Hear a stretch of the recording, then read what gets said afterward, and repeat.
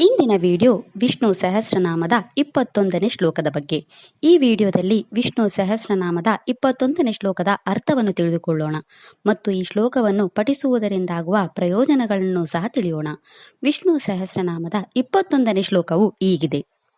ಮರೀಚಿರ್ದಾಮನೋ ಹಂಸ ಸುಪರ್ಣೋ ಭುಜಗೋತ್ತಮಃ ಹಿರಣ್ಯನಾಭ ಸುತಪ ಪದ್ಮನಾಭ ಪ್ರಜಾಪತಿ.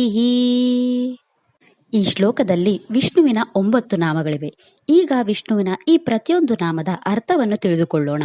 ಮೊದಲ ವಿಷ್ಣು ನಾಮವು ಹೀಗಿದೆ. ಓಂ ಮರೀಚಾಯೇ ನಮಃ. ಈ ವಿಷ್ಣು ನಾಮದ ಅರ್ಥ ಭಗವಾನ್ ವಿಷ್ಣು ಬೆಳಕಿನ ರೂಪದಲ್ಲಿರುವವನು ಅಥವಾ ಎಲ್ಲರಲ್ಲೂ ಇರುವ ಪರಮಶಕ್ತಿ. ಎರಡನೇ ವಿಷ್ಣು ನಾಮವು ಹೀಗಿದೆ. ಓಂ ಧಾಮನಾಯ ನಮಃ. ಈ ವಿಷ್ಣು ನಾಮದ ಅರ್ಥ ಭಗವಾನ್ ವಿಷ್ಣು ಎಲ್ಲರನ್ನೂ ಶಿಕ್ಷಿಸುವವನು ಅಥವಾ ಅಧರ್ಮದ ಹಾದಿಯಲ್ಲಿ ನಡೆಯುವವರಿಗೆ ಯಮರೂಪದಲ್ಲಿ ಶಿಕ್ಷೆ ವಿಧಿಸುವವನು. ಮೂರನೇ ವಿಷ್ಣು ನಾಮವು ಹೀಗಿದೆ. ಓಂ ಅಂಸಾಯ ನಮಃ. ಈ ವಿಷ್ಣು ನಾಮದ ಅರ್ಥ ಭಗವಾನ್ ವಿಷ್ಣು ತನ್ನನ್ನು ತಾನೆಂದು ಪರಿಗಣಿಸುವವರ ಭಯವನ್ನು ಹೋಗಲಾಡಿಸುವವನು. ತನ್ನೊಂದಿಗೆ ಗುರುತಿನ ಪ್ರಜ್ಞೆಯನ್ನು ಅಭ್ಯಾಸ ಮಾಡುವವರಿಂದ ಸಂಸಾರದ ಭಯವನ್ನು ಹೋಗಲಾಡಿಸುವವನು. ನಾಲ್ಕನೇ ವಿಷ್ಣು ನಾಮವು ಹೀಗಿದೆ. ಓಂ ಸುಪರ್ಣಾಯ ನಮಃ. ಈ ವಿಷ್ಣು ನಾಮದ ಅರ್ಥ ಭಗವಾನ್ ವಿಷ್ಣು ಸುಂದರವಾದ ರೆಕ್ಕೆಗಳನ್ನು ಹೊಂದಿರುವವನು ಅಥವಾ ಧರ್ಮ ಮತ್ತು ಅಧರ್ಮದ ಆಕಾರದಲ್ಲಿ 2 ರೆಕ್ಕೆಗಳನ್ನು ಹೊಂದಿರುವವನು. ಐದನೇ ವಿಷ್ಣು ನಾಮವು ಹೀಗಿದೆ. ಓಂ ಭುಜಗೋತ್ತಮಾಯ ನಮಃ. ಈ ವಿಷ್ಣು ನಾಮದ ಅರ್ಥ ಭಗವಾನ್ ವಿಷ್ಣು ಒಳ್ಳೆಯ ಸರ್ಪದ ಆಕಾರದಲ್ಲಿರುವವನು ಅಥವಾ ಸರ್ಪಗಳಲ್ಲಿ ಶ್ರೇಷ್ಠನಾದವನು. ಅನಂತ ಮತ್ತು ವಾಸುಕಿಯಂತಹ ಮಹಾ ಸರ್ಪಗಳು ವಿಷ್ಣುವಿನ ಶಕ್ತಿಗಳಾಗಿವೆ. ಆರನೇ ವಿಷ್ಣು ನಾಮವು ಹೀಗಿದೆ. ಓಂ ಹಿರಣ್ಯನಾಭಾಯ ನಮಃ.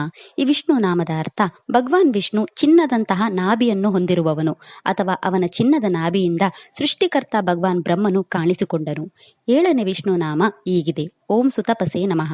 ಈ ವಿಷ್ಣು ನಾಮದ ಅರ್ಥ ಭಗವಾನ್ ವಿಷ್ಣು ಕಠಿಣ ತಪಸ್ಸು ಮಾಡುವವನು ಅಥವಾ ಬದ್ರಿಕಾಶ್ರಮದಲ್ಲಿ ನರ ಮತ್ತು ನಾರಾಯಣರಾಗಿ ಮಹಾ ತಪಸ್ಸನ್ನು ಮಾಡಿದವನು.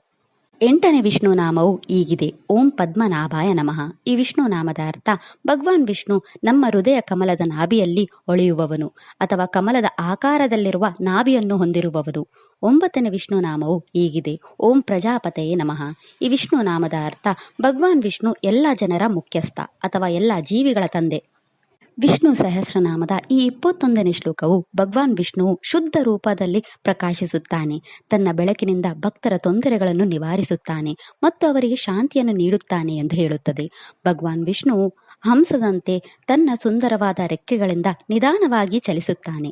ಅವನು ಆದಿಶೇಷನ ಅಧಿಪತಿ. ಅವನಿಗೆ ಚಿನ್ನದ ನಾಭಿ ಇದೆ ಮತ್ತು ಅವನ ರೂಪವು ತಪಸ್ಸು ಮತ್ತು ಜ್ಞಾನದಿಂದ ತುಂಬಿದೆ.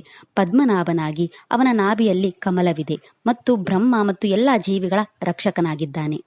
ಈ ಶ್ಲೋಕವನ್ನು ಭಕ್ತಿಯಿಂದ ಪಠಿಸುವುದರಿಂದ ನಿಮ್ಮ ಜೀವನದಲ್ಲಿನ ಎಲ್ಲ ತೊಂದರೆಗಳು ಮತ್ತು ಕಷ್ಟಗಳು ದೂರವಾಗುತ್ತವೆ. ನಿಮ್ಮ ಮನಸ್ಸು ಶಾಂತಿಯನ್ನು ಪಡೆಯುತ್ತದೆ ಮತ್ತು ಜೀವನದಲ್ಲಿ ನಕಾರಾತ್ಮಕ ಪ್ರಭಾವಗಳು ದೂರವಾಗುತ್ತವೆ. ಹರಿದ್ರ ನಕ್ಷತ್ರಕ್ಕೆ ಸೇರಿದ ಜನರು ತಮ್ಮ ಜೀವನದಲ್ಲಿನ ಎಲ್ಲ ಸಮಸ್ಯೆಗಳನ್ನು ತೊಡೆದುಹಾಕಲು ಮತ್ತು ನಿಮ್ಮ ಜೀವನದಲ್ಲಿ ಎಲ್ಲ ಶುಭಗಳನ್ನು ಪಡೆಯಲು ಈ ಮಂತ್ರವನ್ನು 27 ಬಾರಿ ಜಪಿಸಬೇಕು. ಇದಿಷ್ಟು ವಿಷ್ಣು ಸಹಸ್ರನಾಮ ಸ್ತೋತ್ರದ 21ನೇ ಶ್ಲೋಕದ ಕುರಿತಾಗಿತ್ತು. ನಾಳೆಯ ವಿಡಿಯೋದಲ್ಲಿ ವಿಷ್ಣು ಸಹಸ್ರನಾಮದ 22ನೇ ಶ್ಲೋಕದ ಮೇಲೆ ಚಿಂತನೆಯನ್ನು ಮಾಡೋಣ. ಶ್ರೀಕೃಷ್ಣ ಅರ್ಪಣಮಸ್ತು. ಈ ವಿಡಿಯೋ ಇಷ್ಟ ಆದರೆ ಲೈಕ್ ಮಾಡಿ, ಶೇರ್ ಮಾಡಿ ಮತ್ತು ಚಾನೆಲ್ ಸಪೋರ್ಟ್ ಮಾಡೋಕೆ ಸಬ್ಸ್ಕ್ರೈಬ್ ಮಾಡಿ. ಧನ್ಯವಾದಗಳು.